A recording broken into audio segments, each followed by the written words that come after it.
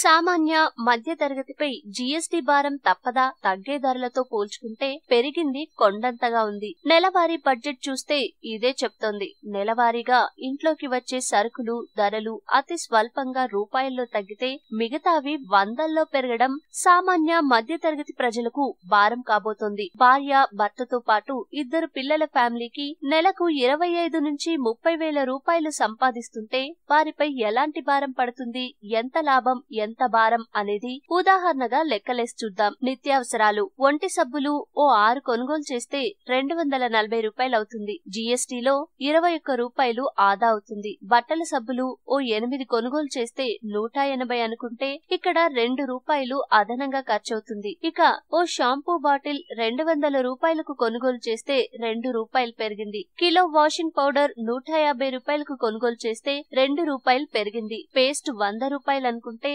ఆదా అయ్యేది 9 రూపాయలు. అంటే సబ్బులు వాషింగ్ పౌడర్ షాంపూ దగ్గర మీకు ఆదా అయ్యేది కేవలం 25 రూపాయలు మాత్రమే. బియ్యం 25 కేజీలు, కందిపప్పు 2 కేజీలు, మినప్పప్పు 2 కేజీలు, పంచదార 2 కేజీలు, వంట నూనె 2 కేజీలు, చట్నీ పప్పు కేజీ, పెసరపప్పు కేజీ, వేరుశనగ పప్పు కేజీ, గోధుమ పిండి 3 కేజీలు, ఇడ్లీ రవ్వ 2 కేజీలు, బొంబాయి రవ్వ 2 కేజీలు, కాఫీ 100 గ్రాములు, టీ పౌడర్ 250 గ్రాములు. పిల్లలు ఉంటారు కాబట్టి బూస్టు లాంటివి ఓ కేజీ తీసుకుంటే మొత్తంగా మీ నిత్యావసరం బడ్జెట్ వీటి వరకే 3000 రూపాయలవుతుంది. జూలై 1 నుంచి జీఎస్టీ రేట్ల ద్వారా మీరు ఆదా చేసేది ఎంతో తెలుసా? అక్షరాల 116 రూపాయలు. పైన సబ్బులు షాంపూతో మిలిగేది కలుపుకుంటే 141 రూపాయలు మీకు మిగులు అవుతుంది. ఇది ఓ మధ్య తరగతి బడ్జెట్ అంచనా ప్రకారం మాత్రమే.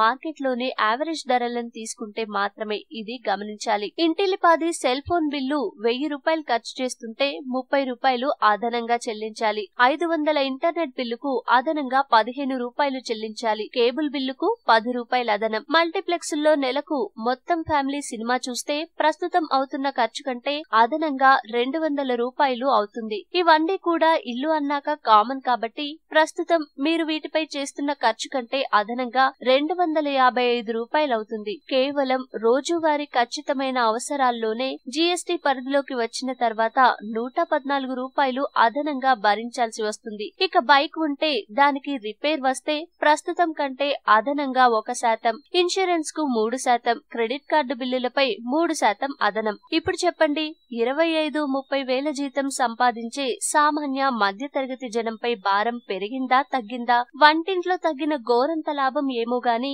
మిగతా వాటికి చెల్లించేది మాత్రం కొండంతగా ఉంది. జై జీఎస్టీ, జై జై జీఎస్టీ. ఈ వీడియో మీకు నచ్చితే లైక్ చేయండి, అందరికీ షేర్ చేయండి, కానీ సబ్స్క్రైబ్ చేయడం మాత్రం మర్చిపోకండి.